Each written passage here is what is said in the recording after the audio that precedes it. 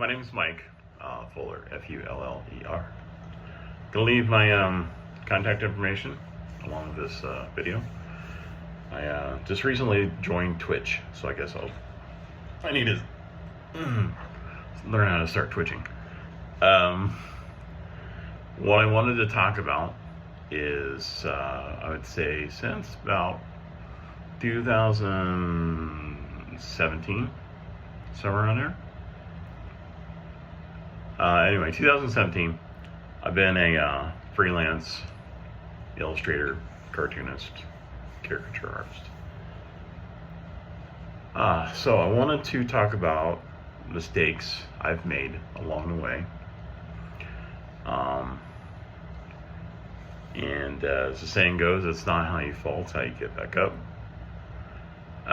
Those mistakes were good in the sense that they taught me lessons that I now carry with me.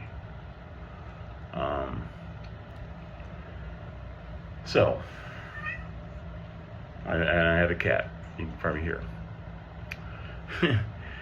That's Miss Kitty, if you want to know. Probably can't see her, but you might hear her though. What? Like that.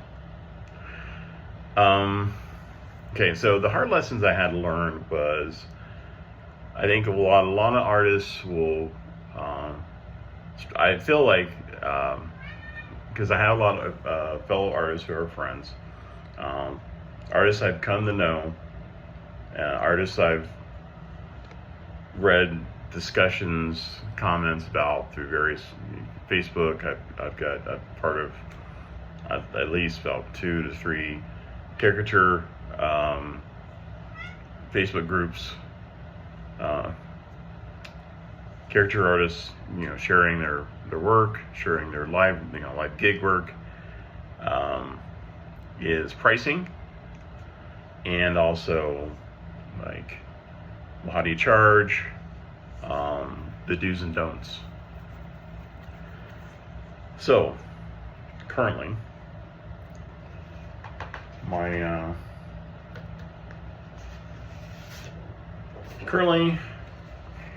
all right, so for live gigs and also for studio work, let me lean back.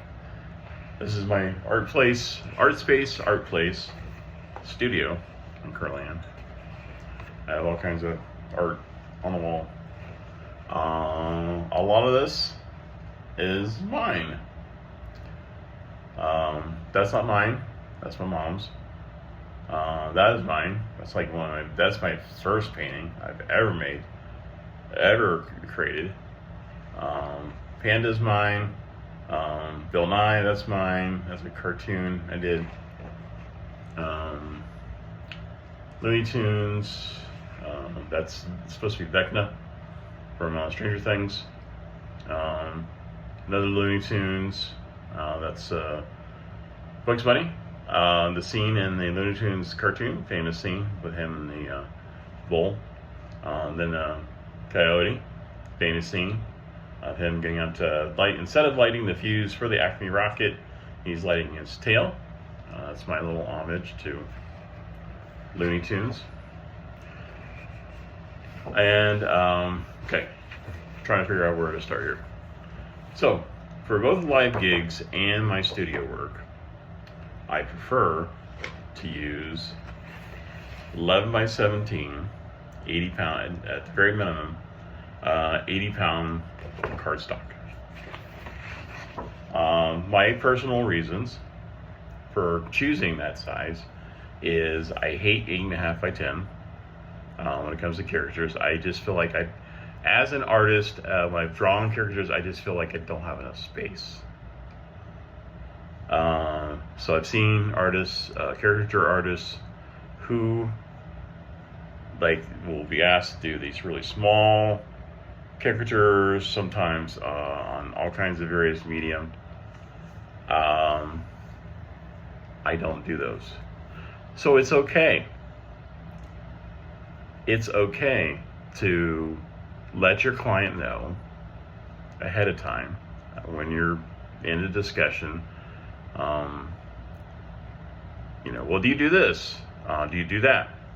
to let them know what you do and don't do. It's okay, and the reason why it's okay is because one, you may have certain preference limits that you prefer to create for yourself as an artist. I prefer. I'll go through that, and also it lets the client know up front whether or not you're a good fit for what it is that they're doing. So even if it's a live gig for a birthday party, I might not be the right fit for what they're looking for. Just because I'm a caricature artist doesn't automatically mean I'm a good fit. Do I want the business? Absolutely. Do I want to make money? Absolutely. But it still doesn't mean I'm maybe a good fit. So you're going to want to communicate as much as you can with your client, potential client, and then even when you're hired and you're on, especially if you do live caricatures, drawing somebody on the spot, you may still need to communicate with your client to let them know, to set the expectations. So I'll give you an example. There are times I'll see somebody and it's like lightning. It's like instantaneous. Like boom. My brain, I'm ADD, I'm ADHD, pick one, same thing. So because of that, my brain has this ability at times, not all the time, but at times to be able to just boom, make really quick lightning connections. And so because I'm a pulp culture hound, because I'm a cartoonist, I love cartoons, grew up loving cartoons, because I love anime. How can I put this? I don't really actively, I've seen some anime. I don't actively watch a lot of anime. That sounds weird. Mostly I love the artwork of anime. So I love the style. And again, going back to the ADHD thing, my brain has this ability to pick up on things. I'm familiar with, characters' names, possibly even, what kind of powers might have. Doesn't necessarily mean I actively watch these things. And I may have seen some episodes here and there, but it's not like I actively watch every single episode. Anyway, I think I'm probably boring you to death by now.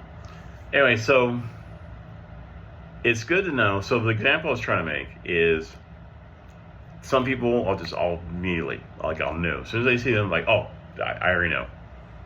I already know. But I figured out most of it.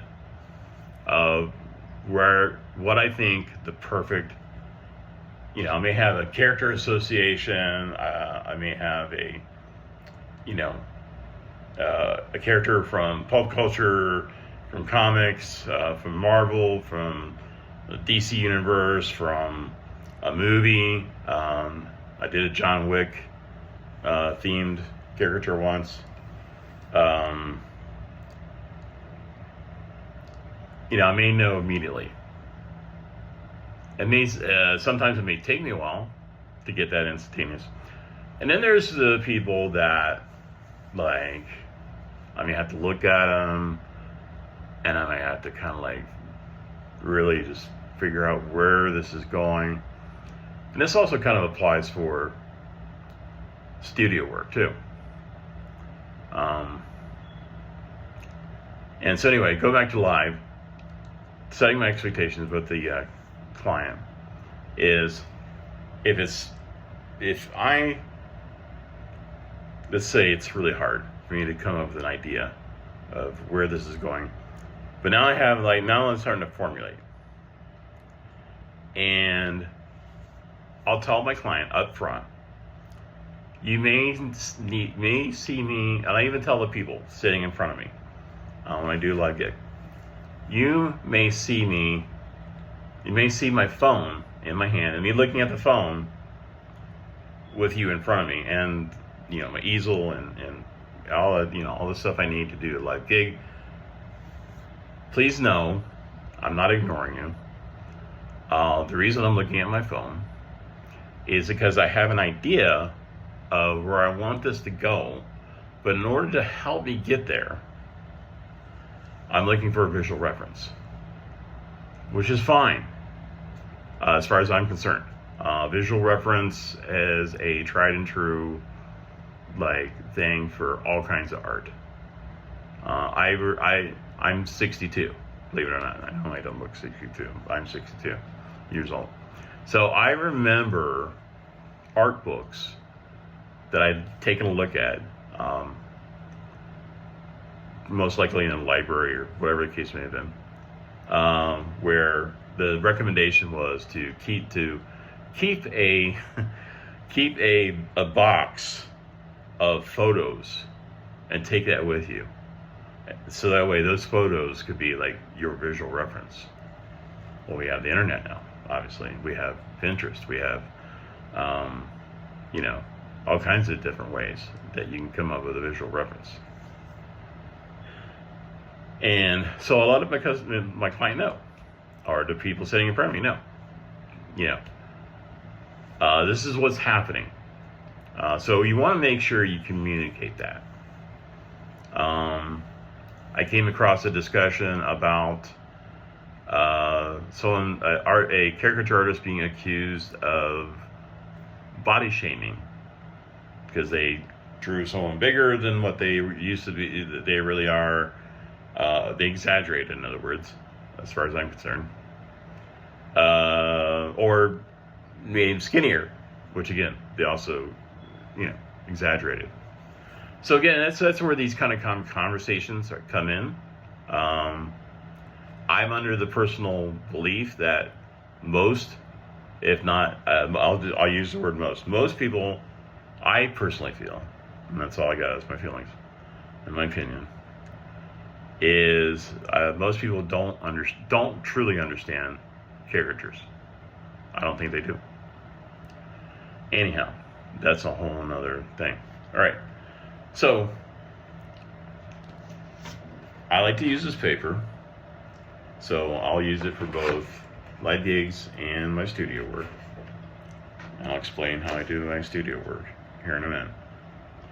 So when I do my studio work, one of the things that came up was finding a process to, because the price I charge for an 11 by 17 caricature of up to 2 people, again, I communicate these,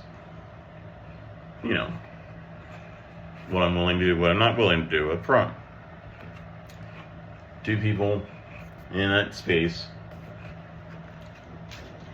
So I'm willing to do 2 people, up to 2 people. I won't do more. On my 11 by 17. So I keep on jumping around. I apologize. So live gig and studio work are completely different animals. Live gig it's one and done. It might, you can ask if you can redraw it, if the person doesn't like it. You might get a second chance, but usually the norm for live gigs, it's one and done. So because it's one and done, and there are a lot of times, depending upon how many people, how many guests there are, the need to try to be as quick as you possibly can is really there. So because for me, again, that's me, I use, for my live gigs,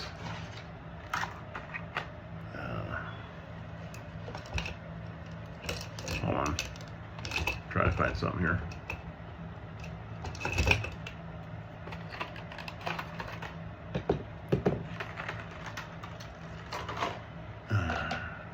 All right.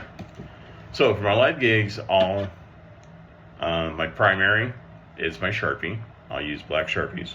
I've been using black Sharpies for quite a long time. I've been keeping them in business as far as I'm concerned.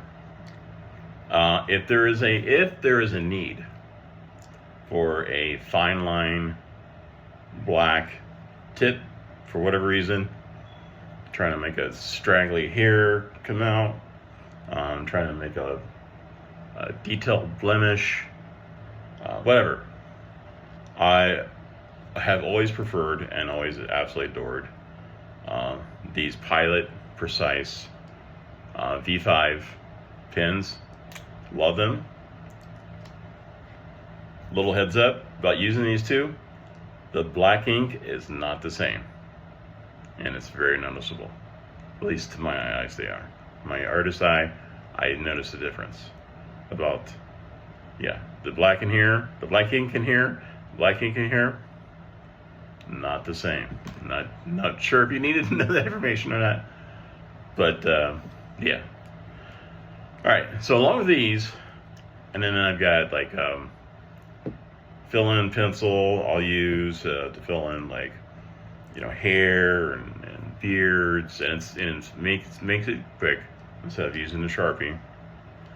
I'll carry some alcohol markers, all kinds of different colors. I try to carry as many colors as I possibly can, and I'll tell my client up front that for light gigs, I personally do what I call black and white with a splash of color. So I don't me personally, I don't do full color caricatures when it comes to live gigs.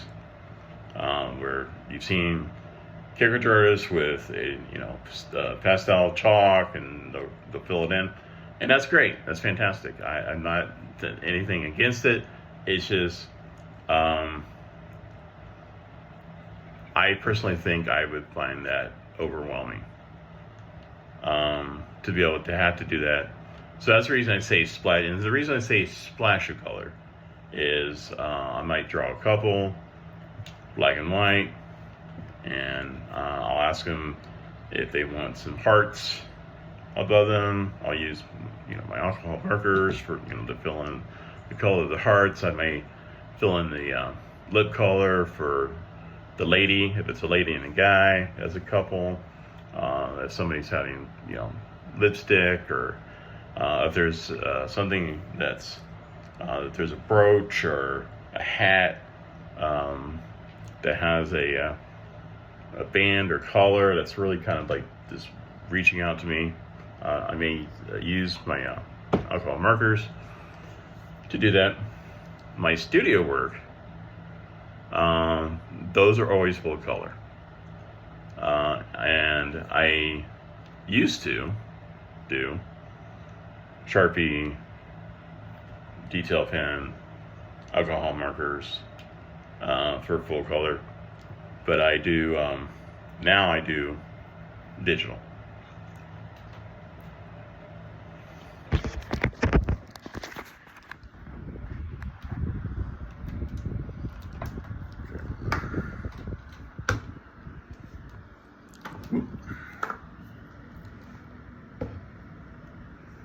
Okay, so this is my this is a Huion 24-inch digital drawing pad. I absolutely adore this thing.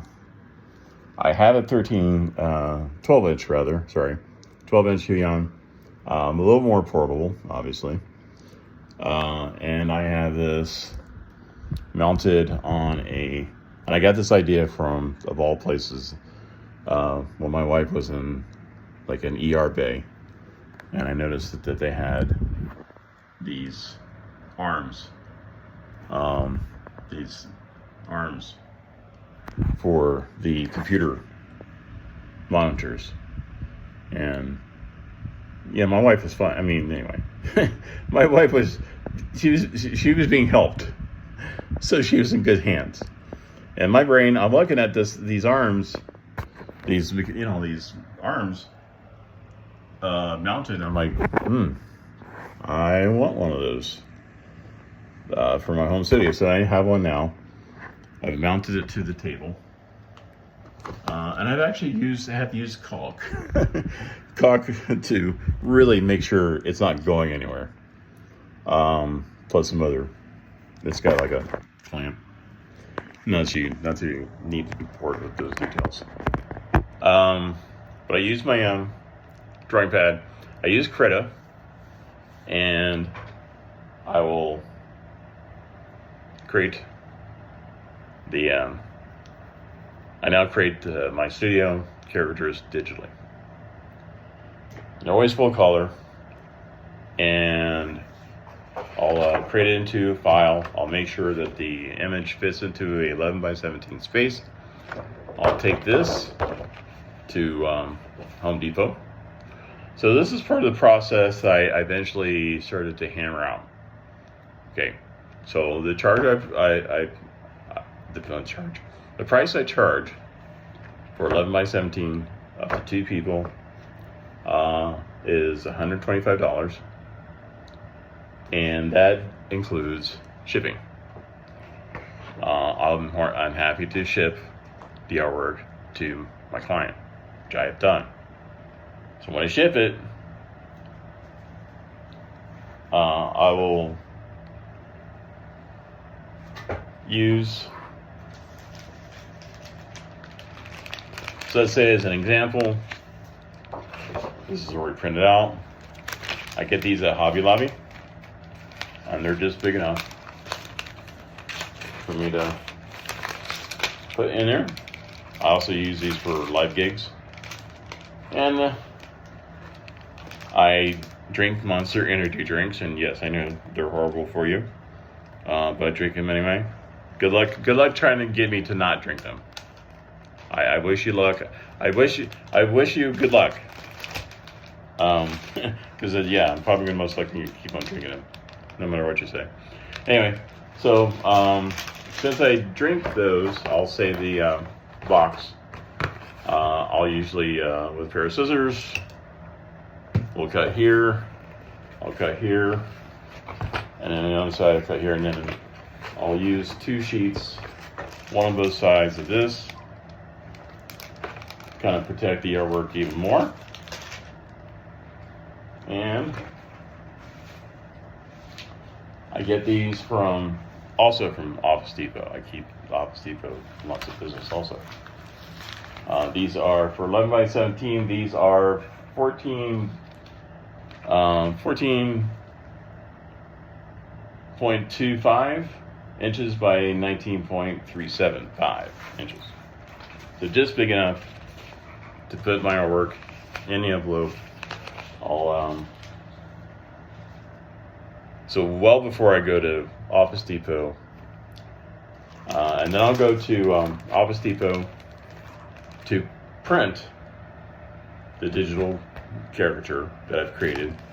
I always supply my own paper, and the paper I'm showing you here, cardstock paper, potato.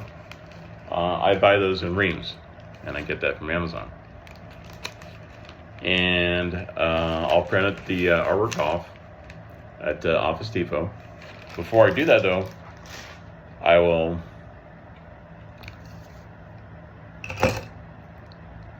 see what I was going to say. I'll go to FedEx.com. I'll put in my address that I'm shipping from. I'll put in the address that my client that I'm shipping to. I'll get my rate. I always choose the lowest rate that I possibly can get from FedEx. I always have preferred FedEx for whatever reason. I don't really have an explanation for that.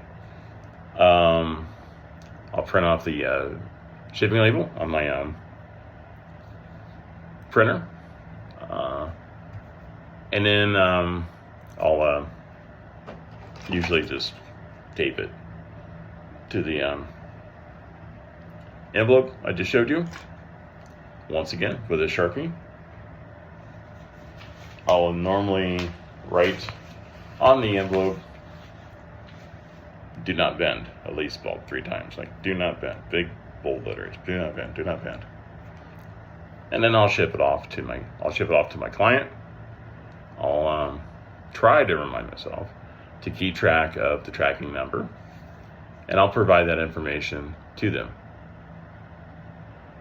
So, $125 for 11 by 17 up to 2 people, full color. Yes, it used to be 110. Now the price has gone up, as it should. And yes, I have sold some artwork. I've been hired to do commission work for caricatures under those terms. For both, so part of the hard lesson that I carry with me is for gigs, live gigs, and for studio work. I'll let my client know, again, all those, if and buts and what ifs and, willing to do this, no, I don't do that, whatever the case may be, is I'll let them know up front. And then these are extremely, extremely strict rules. And that's the reason I was saying earlier, and the strict rules are based on hard lessons I've learned along the way. So, strict rule number 1. I'm going to request from my client at least somewhere close to half of that $125 amount as a deposit. And without it, I'm not drawing anything. I'm not even sketching anything. I won't even give you a concept sketch of what the caricature may look like. And the reason I have that very hard rule, that hard line in the sand, is people will. It's not a matter of if, it's a matter of when. People will. I'll say the word will. People will take advantage of you. It's a sad thing to talk about. It's a story as far as I'm concerned. If you talk to other artists, if you talk to other illustrators, if you talk to other cartoonists, if you ever talk to other caricature artists, it's a story old as time. People who make murals, people who do graffiti, mural, artwork, it's a story as old as time. People will will take advantage of you. And how I get paid also has strict rules. So the most popular scam that I have run into through Instagram, mostly, is I've been approached by clients who I tell them, yeah, absolutely, you can pay me through Venmo, you can pay me through PayPal, you can pay me through Cash App, you have lots of options there. Oh, well, I have it's always a problem. It's always a problem somewhere with an account. Oh, I'm having problems with my PayPal, I'm having problems with my Venmo. Can I send you a e-check, a electronic check, not a real physical check? And my personal, again, I know I keep on saying that, my personal hardline sand rule that I will not break for any reason. I'm sorry about whatever trouble you're having. You may not honestly trying to scam me or take advantage of me. But my personal hardline rule is I will not accept checks under any circumstances. I just will not. So, if you're to me, the way I look at it, you have not booked me as a artist, as an illustrator, as a cartoonist, as a caricature artist, until I've received that deposit. Once I've received that deposit, that shows me your serious intent as a client. And then once I receive it, absolutely, more than happy. I'm going to get a concept sketch out to you I'm going to communicate with my client. Usually, my most preferred method is by text through phone. I'll send them, a concept sketch, and if they like it and they give me the green light, then I'll say, well, fantastic, thank you for letting me know. I'll go ahead and get started on this, and I'll start on it. And as I go through, as I, continue to make some progress with the caricature, illustration, cartoon, whatever I'm doing, I'll send updates. Hey, this is what I have so far. This is right. So my goal is not only do I want the initial green light from the customer, my client, with the concept sketch, but as I continue to send them updates, I'm hoping that by the time I get done, they're just I absolutely know they are going to love, they're going to adore, they absolutely want what I've created. I've created something for them that they really want, they really appreciate, they really like, and there's no doubt, because I've kept on updating, I've kept on, and I've kept in touch with my client as often as I can, and so before I ship, I'll go ahead and hey, I'm done with this. This is what you can expect. I'll send an image. Now I just need the rest of the amount that we both agreed on, that you were hiring me. You're wanting to pay me for my talent. And again, same rule as the deposit and doing a concept sketch. I will not ship anything out until I receive that payment, period. It's not going to happen. And I'll let the customer know up front that deposit is non-refundable. That's my way of making sure that I'm not getting, messed around with. There's other words I want to use, I won't use. That they're not trying to scam me, they're not trying to take advantage of me. So once I receive the rest of that amount that we both agreed on, then I'll go ahead and ship it as quickly as I can out to my client. And just like with the, updating, I'll keep track of the tracking number.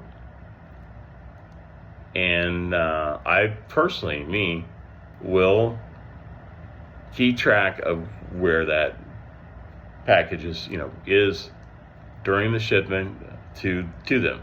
And when there's information, so when I'm buying the shipping label, I always choose to have my email address included for any updates. And there's all kinds of wonderful little options you can choose from. Please update me when it comes to a new destination. Please update me when package delivered, that kind of thing. And I will continue to update with my customer. A lot of people don't. I work at home. My real job is I'm a customer service representative, so I work from home. A lot of people don't. So their package may have been delivered to the address that they're choosing, but they may not have come home to see it yet. So I'll let them know, hey, by the way, FedEx advises your artwork I shipped to you arrived today, or will arrive today, and you can also ask FedEx to include like a picture, where they left it at, and then you can get that. I'll share that with my client. So that's my advice, for whatever it's worth, is, to summarize this whole thing is, one, always communicate what what you can do, what you're willing to do, what you're not willing to do, your expectations. My expectations is I need a deposit. So even for live gigs, I'll tell clients that I need somewhere close to half as a deposit. Again, same attitude. You have not booked me as a caricaturist until I receive a deposit. And again, those are my own personal rules. I know some caricature artists that, they'll go into a billing system, meaning they may have already done the work. They have a invoice that they're supplying, which I'm also more than happy to provide. But they have, they've done the work and they still have not been paid. And that's, if that works for them, fantastic. That does not work for me under any circumstances whatsoever. If I don't get a deposit before, the actual event, I'm not showing up. Sorry, I'm not. You've not hired me until I receive that deposit, and I honestly do expect payment that by the end of the night, end of the day of the event. I'll give my clients some leeway. Can I get this to you tomorrow? Fantastic, that's fine. I understand life is what happens when you're making other plans. I'm human also. But I expect the rest of that amount, like, really, really quick. There was one time I was doing a live gig in front of I live outside of Houston, Texas, and him and I were outside of the stadium where the Astros, Houston Astros play, and the guy who hired us asked us to stay another hour. And he said, "Oh yeah, I'll make sure I pay you." Well, guess what? He never did. And so again, that was another hard lesson I learned. So at the end, so for live gigs, I've learned, and it's hard. It really is hard. You just have to be really firm about it to let your customers know, whoever's sitting down in front of you, the guests for the event, that this couple that's in front of me, maybe the couple that's waiting. After that, I'm closing up shop. I'll be closing up shop and I'll be leaving. And that way it sets the expectation. So that day, we had a line, and it was really kind of my fault